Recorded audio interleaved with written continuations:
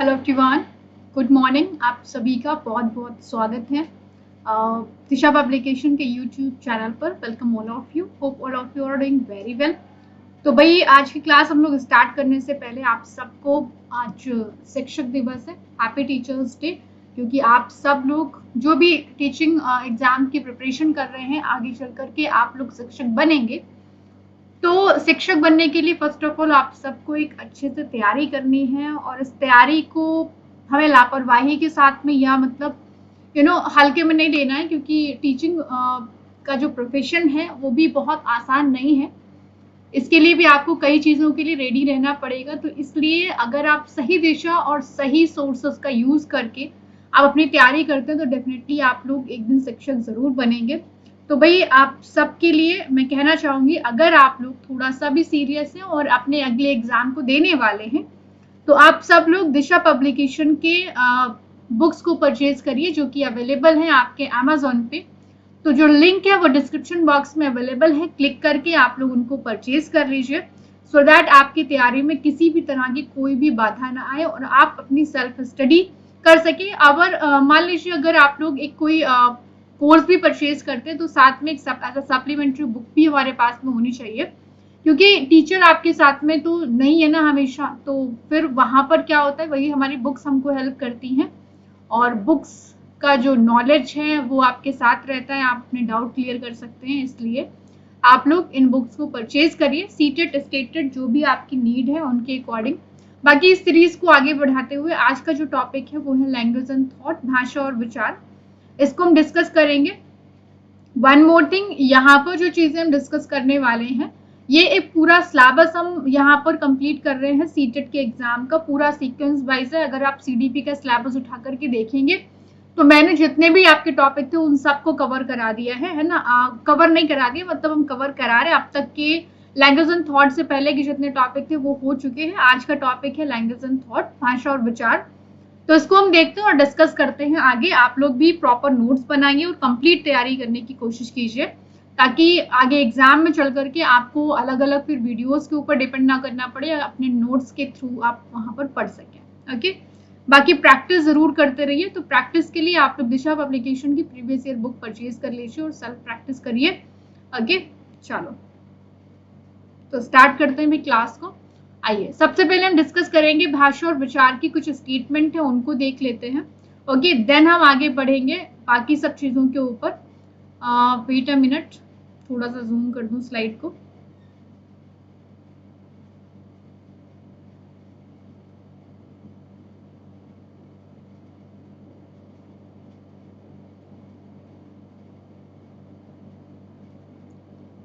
चलिए, तो सबसे पहले हम बात करते हैं एक स्टेटमेंट के बारे में जो आपको प्लेटो ने दिया हुआ है। प्लेटो ने कहा है कि विचार आत्मा की मूक अध्ययनात्मक बातचीत है। Means thoughts are silent study of the soul.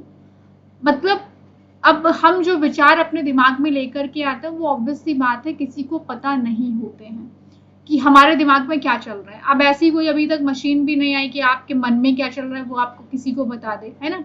तो विचार बेसिकली हमारी आत्मा की मूक अध्ययनात्मक मीन्स एक साइलेंट बातचीत है, एक साइलेंट इंटरेक्शन है। और जब वही साउंड के रूप में हमारे होठों पर आता है, जब अपने ही थॉट्स को हम किसी के सामने रिप्रेजेंट करते हैं, बोलते हैं, तो उसी चीज को हम भाषा कहते हैं, लैंग्वेज कहते हैं।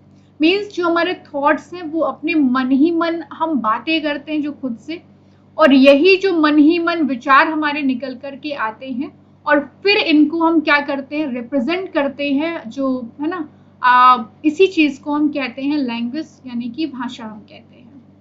अगला स्टेटमेंट हरलॉक का दिया हुआ है। हरलॉक ने क्या कहा है उसको हम देखते हैं। हरलॉक ने कहा है भाषा में संप्रेषण के वे सभी साधन आते हैं जिनमें विचारों और भावों को प्रतीकात्मक बना दिया जाता है।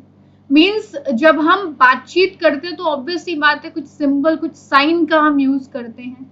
ओके, तो अपने हम थॉट्स को, अपने इमोशंस को हम सिंबॉलिक तौर पे जब रिप्रेजेंट करते हैं किसी के सामने, तो इसी चीज को हम भाषा कहते हैं। सो दैट हम अपने जो भी हमारे मन में चल रहा है, जो भी हमारे इमोशंस हैं, उनको हम दूसरों के सामने रिप्रेजेंट कर सकें। ओके, तो इस चीज को हम कहते हैं भाषा और विचार। ये हरलॉक और प्लेटो के अकॉर्डिंग थे आपके। आगे हम चलेंगे और जो भी स्टेटमेंट है उनको हम डिस्कस कर लेंगे और फिर हम टॉपिक भी पूरा कवर करेंगे।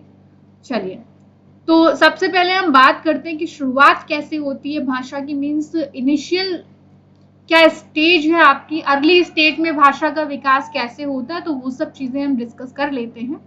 देखिए, शुरुआत में आपने देखा होगा बच्चा कोई चीज बोलता नहीं, कुछ वर्ड नहीं वो बोलता है, बच्चा सिर्फ और सिर्फ रोता है ना, चिल्लाने की कोशिश करता है। तो मैं आपको बता दूं, बच्चे का जो रोना है वो शुरुआती भाषा ही माना जाता है, इसे हम लैंग्वेज ही कहते हैं। ओके, तो बालक जन्म लेते ही रोना या चिल्लाने की कोशिश नहीं करता है, वो क्या कर इसी चीज सॉरी चिल्लाने की कोशिश करता है, और इसी चीज को हम भाषा कहते हैं, हम लैंग्वेज कहते हैं। ठीक है, और रोने और चिल्लाने के साथ में एक साउंड भी निकालता है बच्चा, है ना, रोता है चिल्लाता तो वो कुछ कहने की कोशिश कर रहा होता है। ओके, फिर नेक्स्ट उसका क्या प्रोसेस होता है, उसी रोने और चिल्लाने, है ना, इन्हीं सब चीजों के साथ में वो स्वर और व्यंजन को निकालने की कोशिश करता है। और फिर उसके बाद में जो अगला स्टेप है वो क्या करता है, वो भाई दूसरों की आवाजों को सुन करके दोहराने की भी कोशिश करता है। ठीक है, और फिर आगे चल करके बच्चा दूसरों के हाव भाव इशारों की भाषा धीरे धीरे समझना स्टार्ट कर देता है। ठीक है, तो कुछ इस तरह से होती है। तो सबसे पहले होती है बच्चों में बबलिंग की, है ना, बबलिंग होती है सबसे पहले, जहां पर बच्चा थोड़ा सा मतलब आवाज साउंड निकाल करके कुछ बोलने की कोशिश करता है। फिर बच्चा धीरे धीरे एक वर्ड बोलना स्टार्ट कर देता है, वन वर्ड, है ना, वन वर्ड स्टेज। यहाँ पर क्या होता है कि एक ही वर्ड से बच्चा हर एक चीज को कहने की कोशिश करता है, जिसे हम होलो फ्रेज स्टेज के नाम से भी जानते हैं, होलो फ्रेज। उसके बाद में फिर आती है टू वर्ड स्टेज, है ना, यहाँ पर दो ही शब्दों में बच्चा अपनी हर एक चीज को कहने की कोशिश करता है, जैसे कि मम पानी, मम खाना, है ना, तो इसे हम कहते हैं टेलीग्राफिक स्पीच। ओके, ये क्वेश्चंस बेटा पूछे गए हैं आपके एग्जाम में। ठीक है, तो टेलीग्राफिक स्पीच। फोर्थ आपकी आती है मल्टी वर्ड स्टेज। ओके, जहां पर कई सारे शब्दों को जोड़ करके एक पूरा सेंटेंस बोलना बच्चा स्टार्ट कर देता है। तो कुछ इस तरह से बच्चे में भाषा का विकास होता है शुरुआत में।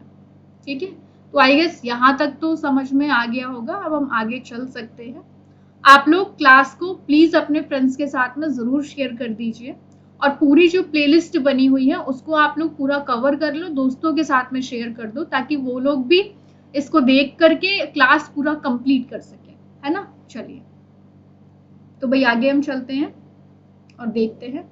देखिए, बच्चे की भाषा विकास के दो चरण होते हैं, है ना। एक आपका जिसे हम कहते हैं प्री स्पीच डेवलपमेंट, मीन्स जहां पर शुरुआती भाषा बच्चे की विकसित होती है, ओके, इनिशियल लेवल की, जब बच्चा छोटा होता है। इसके बाद में आपकी आती है उत्तरकालीन भाषा विकास, जिसे हम लेटर स्पीच डेवलपमेंट के नाम से जानते हैं, जहां पर बच्चे की बाद की भाषा डेवलप होती है। ठीक है, तो भाई प्री स्पीच डेवलपमेंट में क्या होता है, तो पहले उस चीज को हम देखते हैं। देखिए, प्री स्पीच डेवलपमेंट में सबसे शुरुआत में तो बच्चा रोता है, ऊपर मैंने आपको बताई है ये बात, है ना। तो बच्चा रोता है और इसी रोने को रिबल ने आपात श्वसन कहा है। ठीक है, रिबल ने इसी चीज को बोला है आपात श्वसन, क्योंकि इतना रोता है इस टाइम पे, तो मतलब है ना, एकदम कभी कभी लगता है कि सांस भी नहीं ले रहा, एकदम रोए हुए चला जा रहा है। ठीक है, तो इसी चीज को कहते हैं। फिर बबलिंग करता है बच्चा, मीन्स 2 माह तक बच्चा स्वर ध्वनियों को उच्चारित करता है, बॉबल्स, है ना, इस तरह से कुछ ऐसे से करता है। 3 से 4 माह के में वो स्वर के साथ में व्यंजन ध्वनियां भी उच्चारित करना स्टार्ट कर देता है। ठीक है, इस तरह से कुछ कहना। 12 माह पर बच्चा मीनिंगफुल बबलिंग करना स्टार्ट कर देता है, मीन्स हमें समझ में आने लगता है कि क्या कहने की कोशिश कर रहा है।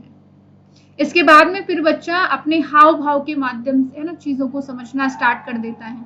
हाव भाव का मतलब आपका यहाँ पर ये होता है कि जैसे कि आपने देखा होगा कोई व्यक्ति बच्चे के सामने गुस्सा कर दे तो वो रोना शुरू कर देगा, खुश है तो बच्चा खिलखिलाना स्टार्ट कर देगा। तो जैसे इमोशंस एक्सप्रेशन सामने वाला रिप्रेजेंट करता है, तो बच्चा वहां पर उन चीजों को रिप्रेजेंट भी करता है, रिस्पॉन्स देता है उन चीजों के ऊपर। ठीक है, तो शरीर के अंगों के द्वारा बात समझना। उसके बाद में धीरे धीरे बच्चा इमोशनली एक्सप्रेस करना स्टार्ट कर देता है। 12 से 13 महीने तक ये चीज बच्चे में रहती है। इमोशनली एक्सप्रेस का मतलब है किसी चीज के लिए वो रोएगा, हंसेगा, है ना, चीजों को पटकेगा, तो ऐसे कुछ करना वो स्टार्ट कर देता है।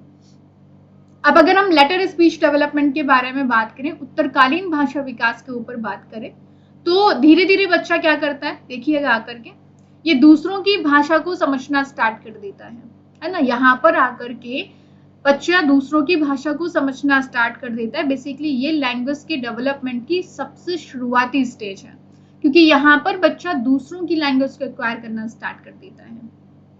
ठीक है, चलिए फिर धीरे धीरे बच्चा शब्दावलियों का निर्माण करना स्टार्ट कर देता है, मीन्स वोकैबुलरी उसको क्रिएट करना स्टार्ट कर देता है।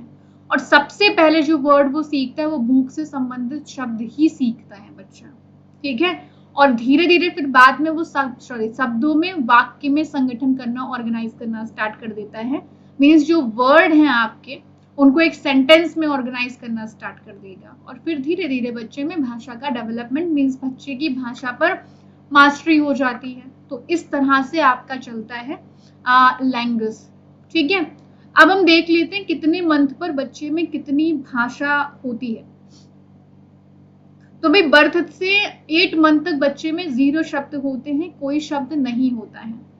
और फिर 1.5 साल पर बच्चे में 10 से 12 वर्ड आते हैं, 2 साल में बच्चे में 272 वर्ड्स आते हैं, फिर 2.5 साल में बच्चे में 450 वर्ड आते हैं, 3 साल में बच्चे में 1000 वर्ड आ जाते हैं, फिर बच्चे में 3.5 साल में 1250 शब्द आते हैं, और 4 साल में बच्चे में 1600 शब्द आ जाते हैं, और फिर 5 इयर्स में बच्चे में 2100 शब्द आ जाते हैं, और 11 साल में बच्चे में 50,000 वर्ड आ जाते हैं। तो बेसिकली बहुत डीप में तो नहीं, यहाँ तक लेकिन बच्चे पूछा जा सकता है कि ये स्टेट टेट के लिए इंपॉर्टेंट हो जाता है आपका, यहाँ पर वो पूछ देते हैं आपसे। ठीक है, चलिए तो अब हम आगे डिस्कस करेंगे चीजों को और समझेंगे इन सभी चीजों को। ये इंपॉर्टेंट है सीटेट के एग्जाम के लिए, क्योंकि यहाँ से क्वेश्चंस आपके पूछे गए हैं, तो इनको हम अच्छे ढंग से समझ लेते हैं। आइए, सॉरी, सबसे पहले हम बात करेंगे स्वनिम के बारे में कि स्वनिम क्या है, किस चीज को हम स्वनिम कहते हैं। देखिए, स्वनिम स्मॉलेस्ट यूनिट ऑफ साउंड है ना। मैं लिख देती हूँ, smallest unit of sound means ध्वनि की सबसे छोटी इकाई है, स्मॉलेस्ट यूनिट ऑफ साउंड। ठीक है, ध्वनि की सबसे छोटी इकाई, ध्वनि की सबसे छोटी इकाई। ठीक है, तो इसे हम कहते हैं स्वनिम। जैसे अब देखो आकर के, ध्वनि की सबसे छोटी इकाई है, इसका कोई अर्थ नहीं निकलता है, ये अर्थहीन होती है, मीनिंगलेस होती है ये। ठीक है, ये चीज याद रखिएगा बेटा, पूछा जाता है, ये सब आपके एग्जाम में इंपॉर्टेंट है। जैसे कि था, पा, चा, दा, है ना, कोई मीनिंग नहीं निकलता है इनका, तो इसे हम कहते हैं स्वनिम। ओके, अब अगर हम बात करें यहीं पे रूपिम के बारे में, तो रूपिम क्या है, रूपिम है स्मॉलेस्ट यूनिट ऑफ वर्ड। ठीक है, smallest unit of word means शब्द की सबसे छोटी इकाई आपकी कौन सी है, रूपिम कहते हैं इसको हम। ओके, लिख देती हूँ, सॉरी, अर्थ की सबसे छोटी इकाई या शब्द की सबसे छोटी इकाई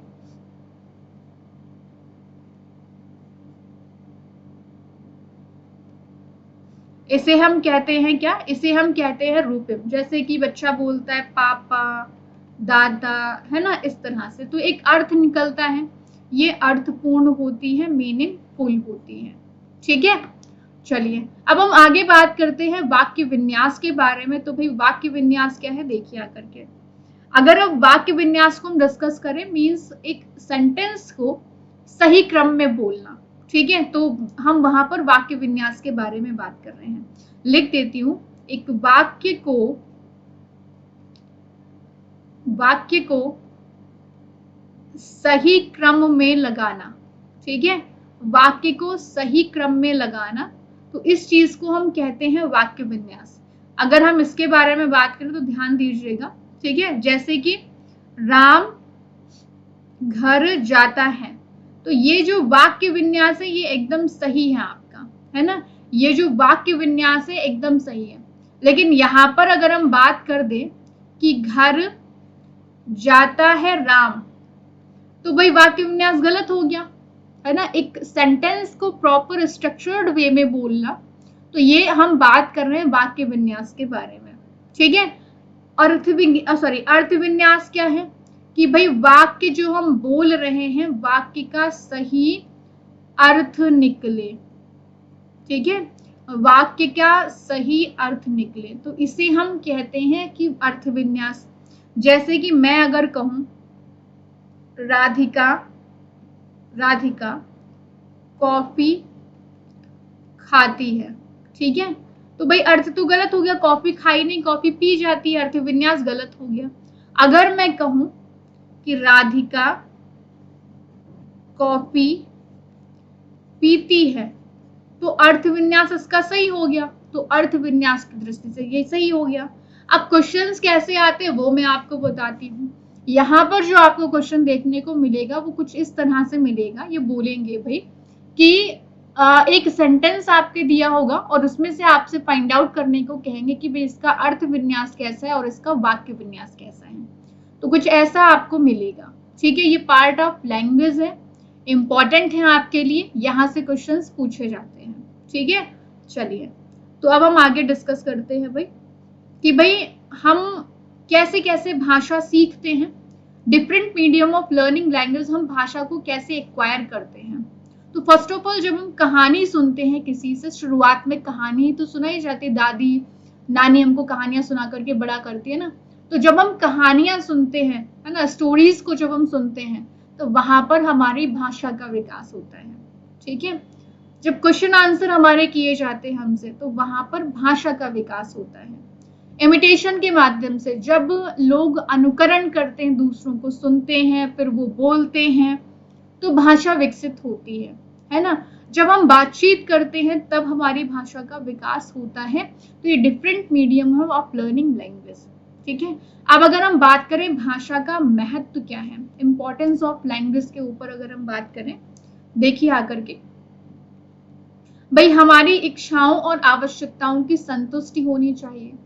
मीन्स जो भी हमारी नीड है ना, जो भी हमारी डिजायर है, उनको पूरा करने वाली होनी चाहिए भाषा, है ना। ये नहीं हम फालतू बकवास कर रहे हैं, कोई मतलब है ही नहीं, तभी कहते हैं ना कि सोच समझ के बोलना चाहिए। तो ऐसी भाषा हो जो हमारी नीड्स को, हमारी डिजायर्स को हमारे सेटिस्फाई करे। नेक्स्ट है लोगों को ध्यान आकर्षित करने के लिए हम भाषा का प्रयोग करते हैं। अगला है सामाजिक संबंध बनाने के लिए, मतलब दूसरों के साथ में रिलेशनशिप क्रिएट करने के लिए भी हम भाषा का विकास करते हैं, ठीक है। नेक्स्ट पॉइंट आपका है कि भाई सामाजिक मूल्यांकन, सोशल इवैल्यूएशन के लिए भी हम भाषा का प्रयोग करते हैं, है ना, क्योंकि जब हम बोलते हैं तो हम लोगों को जज करते हैं ना कि ये व्यक्ति कैसा है। हमेशा अपीयरेंस के थ्रू नहीं हम पता लगा सकते कि ये व्यक्ति कैसा है। एजुकेशनल अचीवमेंट में भी भाषा का बहुत महत्व है और दूसरों के आइडियाज, थॉट्स को, तभी तो भाषण देकर के नेता हमको प्रभावित कर लेते हैं और वोट ले जाते हैं, है ना। तो यहाँ पर भी लैंग्वेज आपकी बहुत इंपॉर्टेंट हो जाती है, ठीक है। चलिए, तो आगे हम चलते हैं और डिस्कस करते हैं भाई भाषा विकास के सिद्धांत कौन कौन से हैं। चलिए, तो भाषा विकास के सिद्धांत, थ्योरीज ऑफ लैंग्वेज डेवलपमेंट में, एक सेकेंड रुको, पेन का कलर चेंज कर दूं मैं। हाँ जी, बंडूरा का सिद्धांत आता है। बंडूरा ने आपको एक सिद्धांत दिया है, अनुकरण का सिद्धांत, है ना, अनुकरण का सिद्धांत। तो आप सब जानते हैं कि हम भाषा को दूसरों से सुनकर के, नकल करके भी हम सीखते हैं। छोटा बच्चा तो नकल करके सीखता है, जैसे वर्ड घर में बोलोगे वैसे वर्ड वो सीख जाता है। तो भाषा नकल करके भी सीख सकते हैं हम, ठीक है। तो ये चीज हो गई, ये बंडूरा का सिद्धांत है। भाषा विकास के ऊपर बंडूरा का सिद्धांत भी काम करता है। अगला है अनुबंधन का सिद्धांत, जो ने पावलोव ने दिया है। पावलोव ने कंडीशनिंग के बारे में बात करी है कि हम चीजों को रिलेट करके, चीजों को हम जोड़ करके हम सीख जाते हैं, है ना। तो भाई अनुबंधन का सिद्धांत आपका ये कहता है कि हम भाषा को जोड़ करके सिखाते हैं। जैसे कि आ को आम दिखाकर सिखाना, है ना। अब बच्चा सीधे तो आम नहीं सीख पाएगा, भाई आ नहीं सीख पाएगा। तभी देखा होगा बुक्स होती बच्चों की, और जहां पर बड़े बड़े चित्र बने हुए होते हैं और उनसे हम उनको जोड़ करके सिखाते हैं कि आ से आम, का से कबूतर, खा से खरगोश, उन चीजों के बच्चे ने देखा हुआ होता है। तो ये है आपका अनुबंधन का सिद्धांत, ठीक है। अगला है भाई परिपक्वता का सिद्धांत। अब देखिए आकर के हमारे पास में होती हैं वोकल डिवाइसेस, है ना, हमारे पास में वोकल डिवाइसेस होती हैं, स्वर यंत्र होते हैं। आप ध्यान दीजिएगा इस चीज को कि जो स्वर यंत्र हमारे होते हैं वो भाई कैसे काम करते हैं, समझिएगा इस चीज को। हमारी जीभ हो गई, हमारा गला हो गया, है ना, तालु हो गया, अगर ये प्रॉपर डेवलप नहीं होंगे तो हम कैसे बातचीत कर पाएंगे, कैसे भाषा का विकास होगा, भाषा का विकास ही नहीं हो पाएगा, राइट। तो इसलिए स्वर यंत्र परिपक्व यानी कि मैच्योर होने पर, परिपक्व होने पर भाषा का विकास होता है, भाषा का विकास होता है, ठीक है। तो ये हो गया आपका परिपक्वता का सिद्धांत।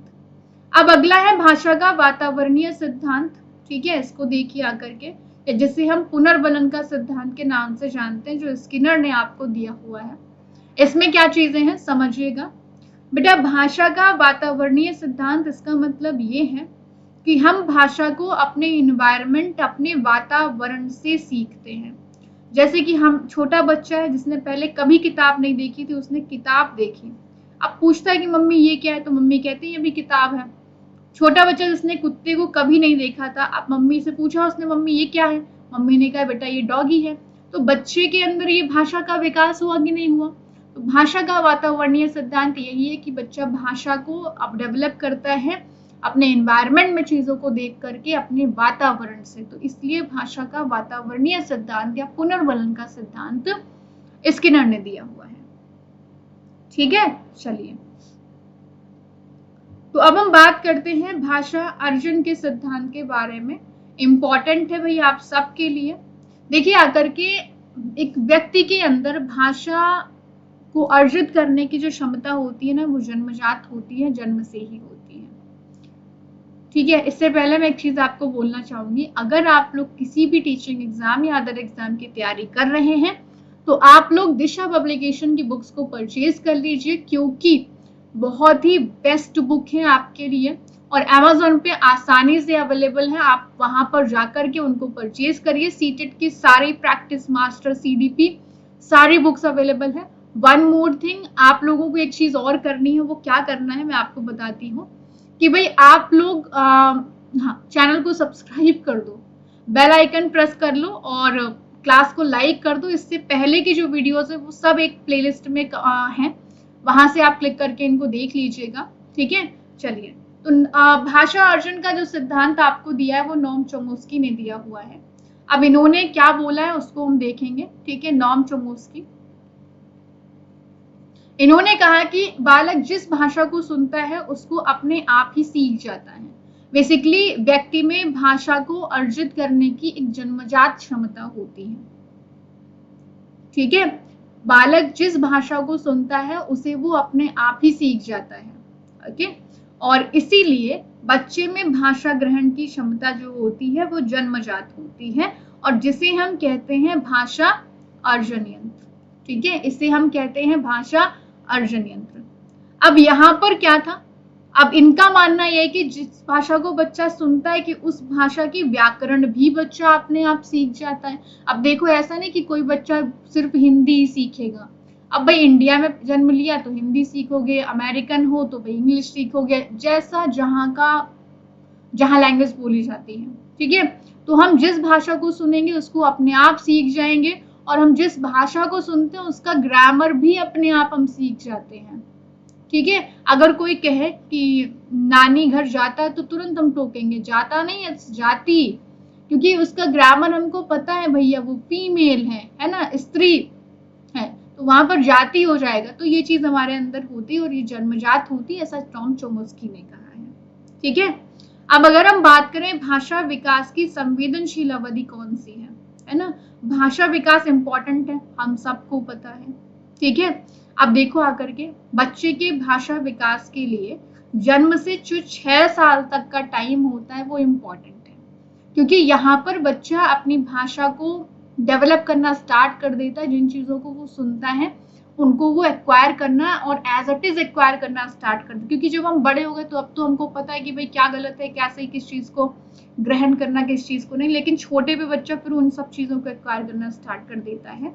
इसलिए पूर्व बाल्यावस्था, ठीक है, ये भाषा विकास की संवेदनशील अवधि कही जाती है, सेंसिटिव पीरियड कहा जाता है।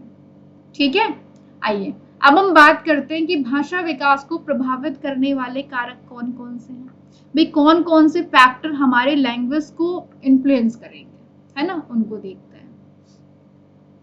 चलिए, तो हमारे भाषा विकास को प्रभावित करने वाले कारक है परिपक्वता। हमारे अगर स्वरयंत्र मैच्योर नहीं है, परिपक्व नहीं हुए, तो भाई लैंग्वेज डेवलप कैसे हो पाएगा, है ना, प्रॉब्लम क्रिएट होगी वहां पर। हमारा अगर हेल्थ ठीक नहीं है, स्वास्थ्य ठीक नहीं है, तो भाषा विकास कैसे हो पाएगी, प्रॉब्लम क्रिएट होगी। अगर बुद्धि हमारे अंदर नहीं है, बुद्धि की कमी है, तो भी हम भाई उतने तो लेवल की भाषा बोल पाएंगे ना, है ना, जितनी हमारे अंदर अकल है। तो भाई बुद्धि भी एक इम्पॉर्टेंट रोल प्ले करती है। हमें कितना कम्युनिकेट करने का अवसर मिलता है, कितनी अपॉर्चुनिटी मिलती है, वो चीज भी इम्पोर्टेंट है। सोशल हम कितना बातचीत करते हैं लोगों से, हमारे अंदर मोटिवेशन कितना है लैंग्वेज को सीखने का, कितना हम बातचीत करना चाहते हैं। कुछ होती है इंट्रोवर्ट पर्सनालिटी, कुछ होती है एक्सट्रोवर्ट पर्सनालिटी, तो वो चीज हमारे अंदर कितनी है ना, वो भी इम्पोर्टेंट रोल प्ले करती है। अगला है हमारा इकोनॉमिक बैकग्राउंड कैसा, हम किस बैकग्राउंड के साथ में बिलोंग करते हैं, तो वो चीज भी यहाँ पर एक इम्पॉर्टेंट रोल प्ले करती है भाषा के विकास में। ठीक है, लड़का है लड़की है, अलग तरह से भाषा का विकास होता है। पारिवारिक संबंध के बारे में अगर हम यहाँ पर बात करें, भाई देखो आकर के हमारी फैमिली में जिस तरह का कम्युनिकेशन हमारा होता है, उसी तरह से हमारी भाषा का विकास होता है। ठीक है, और हमारी पर्सनालिटी, ये भी हमारे लैंग्वेज के डेवलपमेंट में भाषा विकास को प्रभावित करती है। और अगर घर में कई भाषाओं का प्रयोग किया जाता है, तो वो चीज भी हमारी भाषा को वहां पर प्रभावित करती है, इन्फ्लुएंस करती है। ठीक है, अब हम बात करते हैं कि भाई कौन कौन से विकार हो सकते हैं भाषा में। पहली बात तो जो भाषा में विकार, इसे हम कहते हैं डिस्फेजिया। ठीक है, याद रखिएगा, अगर हम गलत प्रोनाउंसिएशन करते हैं, भ्रष्ट उच्चारण, तो फिर मतलब कि भाषा में विकार है। हम अगर क्लियर प्रोनाउंसिएशन नहीं कर पाते हैं, गलत बोल जाते हैं, हम समझ नहीं आया कि इंसान ने क्या बोला है, तो वहां पर भी भाषा का विकार है। अगर कोई बच्चा तुतलाता है, ताकोला, है ना, ऐसे करके बोलता है, खाना खाया, खाना नहीं खाया, है ना, तो वो तुतलाना भी आपका वाणी में विकार ही होता है। हकलाना, रुक रुक करके बोलना, तो ये भी वाणी में विकार ही है। बहुत फास्ट और समझ नहीं आता है ऐसा बोल जाते हैं, तीव्र अस्पष्ट वाणी, तो इस चीज को भी हम कहते हैं भाई भाषा में विकार है। ठीक है, चलिए अब हम बच्चों की भाषा में सुधार कैसे कर सकते हैं, है ना, जो बच्चों की भाषा है उसमें हम सुधार कैसे करेंगे। तो भाई बच्चों को भाषा की ओर उनका ध्यान आकर्षित किया जाए, तो इस तरह से हम बच्चों में लैंग्वेज को डेवलप कर सकते हैं।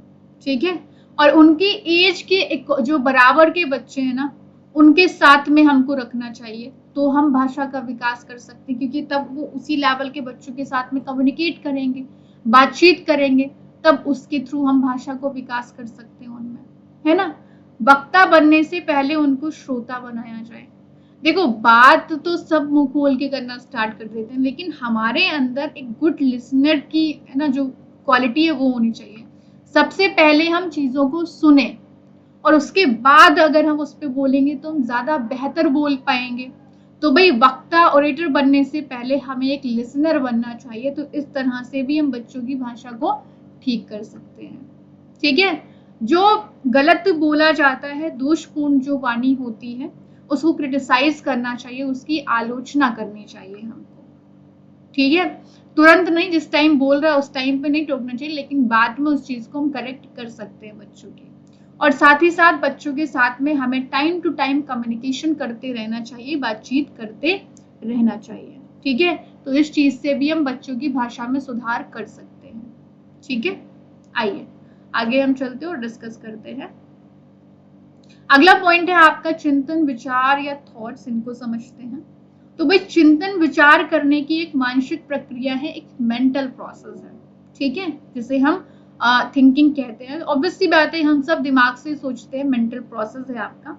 और चिंतन शुरू कब होता है, हमारे थॉट्स आने स्टार्ट कब हो जाते हैं, जब हमारे पास में कोई प्रॉब्लम होती है। यूं ही नहीं हम चिंतन करना स्टार्ट कर देते हैं, है ना। जब हमारे पास में कोई समस्या होगी और तब ये चिंतन स्टार्ट होगा, और जब अंत हो जाएगा उस प्रॉब्लम का, तब वो हमारी चिंतन भी एंड हो जाएगी। ठीक है। और वह चिंतन जो है ना, थिंकिंग जो है, वो मानसिक क्रिया का ज्ञानात्मक पक्ष है, कॉग्निटिव एस्पेक्ट है मेंटल प्रोसेस का। ये स्टेटमेंट बहुत इंपॉर्टेंट है, पूछा गया स्टेटमेंट है, जो कि आपको रॉस ने दिया हुआ है। ठीक है। चिंतन मानसिक क्रिया का ज्ञानात्मक पक्ष है, ये स्टेटमेंट आपको रॉस ने दिया है। ठीक। अगला स्टेटमेंट आपके वैलेंटाइन ने दिया है। इन्होंने क्या बोला, इन्होंने कहा, हम चिंतन शब्द का प्रयोग वहां पर करते हैं जहां पर श्रृंखलाबद्ध विचार, मीन्स एक सिस्टमेटिक वे में कंटिन्यू हमारे थॉट्स आते रहते हैं, जब तक कि हमारी प्रॉब्लम सॉल्व ना हो जाए। ठीक है। और चिंतन की कुछ विशेषताएं भी हैं, उनको देखिएगा आकर के। भाई चिंतन की क्या विशेषताएं हैं। चिंतन एक विशिष्ट गुण होता है। ठीक है। जो थिंकिंग है हमारी, वो एक स्पेसिफिक क्वालिटी होती है, हर एक व्यक्ति में नहीं पाया जाता है। ओके। क्योंकि सब लोग सोच समझ के डिसीजन ले, ऐसा पॉसिबल नहीं होता है। कुछ लोग होते हैं जो जल्दबाजी में ले लेते हैं, कुछ लोग होते हैं भैया आराम आराम से समझ करके लेते हैं। मेंटल प्रोसेस है, दिमाग से हम सोचते हैं, प्रॉब्लम को सॉल्व करती है चिंतन। और जब हम सोचते हैं तो हमारे अलग अलग ऑप्शंस होते हैं, हम अलग अलग तरह से चीजों के बारे में सोचते हैं, अलग अलग ऑप्शंस को हम फाइंड आउट करते हैं। ठीक है। तो ये आपका चिंतन हो गया। अगला है भावी आवश्यकता की पूर्ति हेतु व्यवहार, है ना। भावी आवश्यकता की मीन्स हमारे फ्यूचर में जो नीड है, हम उनको भी पूरा करते हैं। ठीक है। हमारी फ्यूचर में जो नीड है, उनके लिए हमें बातचीत करना पड़ता है, कम्युनिकेट करना पड़ता है, उनके लिए हमें सोचना पड़ता है, तो वह इसको भी पूरा करता है हमारा चिंतन। अगला है प्रॉब्लम के एंड तक चलने वाली प्रक्रिया है थिंकिंग, मीन्स जब तक हमारी प्रॉब्लम एंड नहीं हो जाती है, तब तक ये थिंकिंग प्रोसेस हमारा चलता रहता है। ठीक है। चलिए अब हम बात करते हैं थिंकिंग के टाइप्स कितने हैं, कौन कौन से प्रकार हैं चिंतन के, उसको देख लेते हैं और डिस्कस करते हैं टाइप्स ऑफ थिंकिंग। तो सबसे पहला है ऑटिस्टिक थिंकिंग, यानी कि स्वलित चिंतन। तो इसे हम काल्पनिक चिंतन भी कह सकते हैं। हम कभी कभी ना अपनी कल्पनाओं में चिंतन करते रहते हैं, अपनी इमेजिनेशन में हम थिंक करते रहते हैं, मतलब जिनका रियलिटी के साथ में सिर और पैर का कोई नाता नहीं, हम फिर भी सोचते रहते हैं वहां पर, है ना। ऐसा कर लेंगे, वैसा कर लेंगे, काश मैं प्रधानमंत्री बन जाता तो ऐसा मैं कर लेता। थिंकिंग हमारी चलती रहती है वहां पर। तो इसे कहते हैं ऑटिस्टिक थिंकिंग, काल्पनिक चिंतन, डे ड्रीमिंग, दिन में सपने देखते रहना। अगला है यथार्थवादी चिंतन, रियलिस्टिक थिंकिंग, जिसे हम वास्तविक चिंतन कह सकते हैं, है ना, जहां पर हम रियल प्रॉब्लम्स के बारे में सोचते हैं, रियल चीजों के ऊपर हम सोचते हैं। कोई समस्या आई उसके बारे में सोचना, रास्ते में गाड़ी खराब हो गई किसको कैसे ठीक करना है उसके बारे में सोचना, एग्जाम में फेल हो गया अब कैसे पास होना है उसके बारे में सोचना। तो रियलिटी पर बेस्ड जो हमारी थिंकिंग होती है, इसे हम कहते हैं यथार्थवादी चिंतन। अब बेटा जो अभिसारी, जो यथार्थवादी चिंतन है आपका, जो जिसे हम रियलिस्टिक थिंकिंग कहते हैं, इसके 3 प्रकार होते हैं। एक है अभिसारी चिंतन, बहुत इंपॉर्टेंट है ये दोनों आपकी थिंकिंग, ये तीनों ही इवन इंपॉर्टेंट है, पूछी गई है। एक है सृजनात्मक, या जिसे हम अपसारी या डाइवर्जेंट थिंकिंग के नाम से जानते हैं। अगला है क्रिटिकल थिंकिंग। हमें बच्चों में इन 2 थिंकिंग को डेवलप करना चाहिए, एक सृजनात्मक और एक क्रिटिकल थिंकिंग। देखो अभिसारी चिंतन जो है ये बेटा इनबॉक्स थिंकिंग है आपकी, बंद अंत वाली है। ठीक है। क्लोज एंडेड ये आपकी होती है।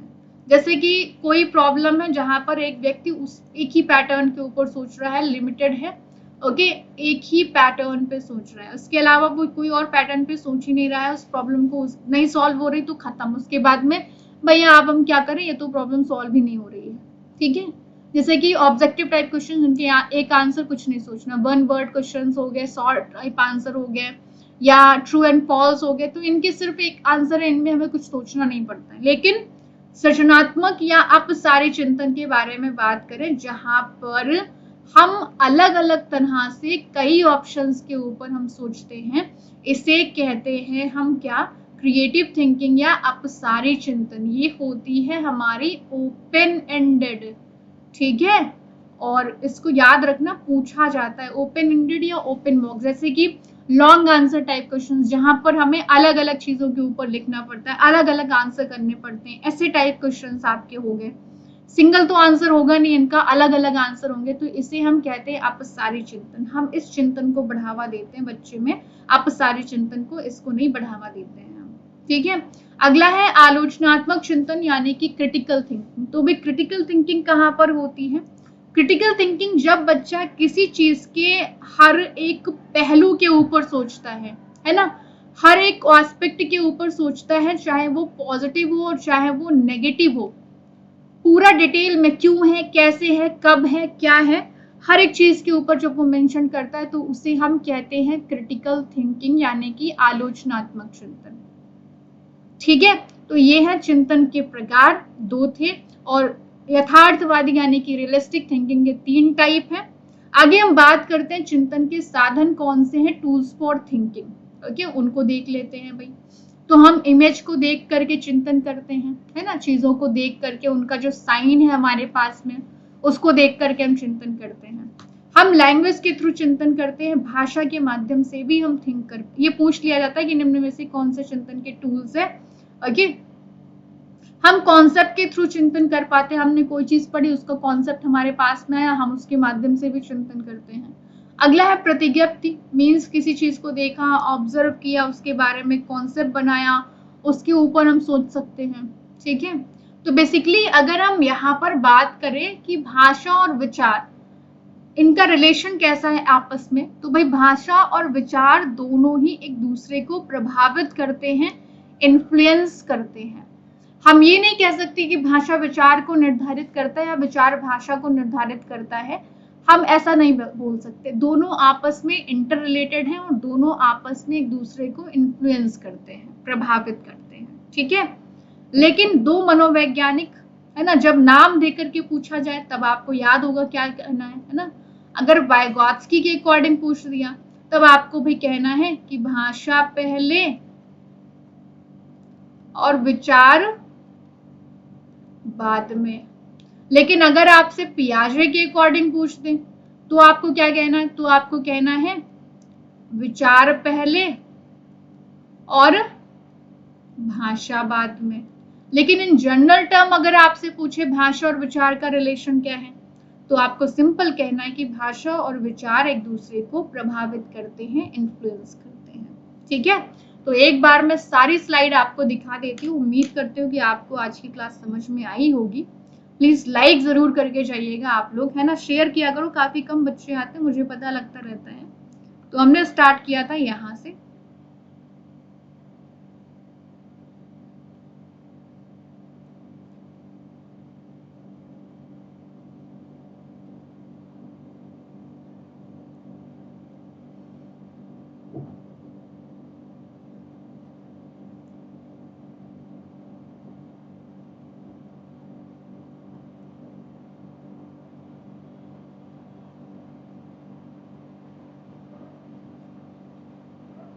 ठीक है, तो बेसिकली आप लोगों को क्या करना है, अगर आप लोग कंप्लीट एग्जाम की प्रिपरेशन कर रहे हैं तो आप लोग भाई दिशा पब्लिकेशन की बुक्स को डिस्क्रिप्शन बॉक्स में लिंक दिया गया है बुक का, वहां पर क्लिक करके आप उनको अमेजोन के थ्रू परचेज कर लीजिए ताकि आप एक कंप्लीट तैयारी कर सकें। क्योंकि दिशा पब्लिकेशन की बुक अपने आप में ही सबसे बेस्ट बुक है, ओके। इनसे आप प्रैक्टिस कर सकते हैं, प्रीवियस ईयर पेपर सॉल्व कर सकते हैं, मास्टर बुक है, गाइड है आपके लिए, सीडीपी की अच्छे अच्छे बुक हैं, तो आप इनको परचेज कर लीजिए, ठीक है। नेक्स्ट थिंग, आप लोग प्लीज चैनल को सब्सक्राइब करना मत भूलिए, और हाँ, वीडियो को लाइक जरूर करो। One more thing, bell icon आप प्रेस कर लो ताकि आपको नोटिफिकेशन मिलता रहे, ठीक है। तो भाई अब हम लोग मिलेंगे अगली क्लास में, तब तक के लिए bye bye, take care, wish you all the best. One more thing, please आप लोग ढंग से तैयारी करते रहिए और अच्छे से चीजों को कवर करते रहिए, क्योंकि अगर हम कहीं पर भी किसी भी पॉइंट पे चूक जाएंगे तो हमारे हाथ से ये जो मौका है वो हम निकलने नहीं दे सकते बिल्कुल भी, है ना। आगे अभी वैकेंसी नहीं आई है काफी टाइम से, तो जरूर आएंगी और सीटेट का एग्जाम आपका दिसंबर में होना ही है। तो सीडीपी तो ऐसा है नहीं कि किसी एग्जाम में काम नहीं आएगी, आएगी या आएगी नहीं आएगी, तो ऐसा कुछ नहीं है। सीडीपी तो हर एक एग्जाम में आपकी पूछी जाती है। तो प्लीज अच्छे से पढ़िए और तैयारी करते रहिए। फिर हम लोग मिलेंगे अगले एक नए वीडियो में। तब तक के लिए bye bye, take care, wish you all the best. अपना अपना ध्यान रखिए, फिर मुलाकात होगी।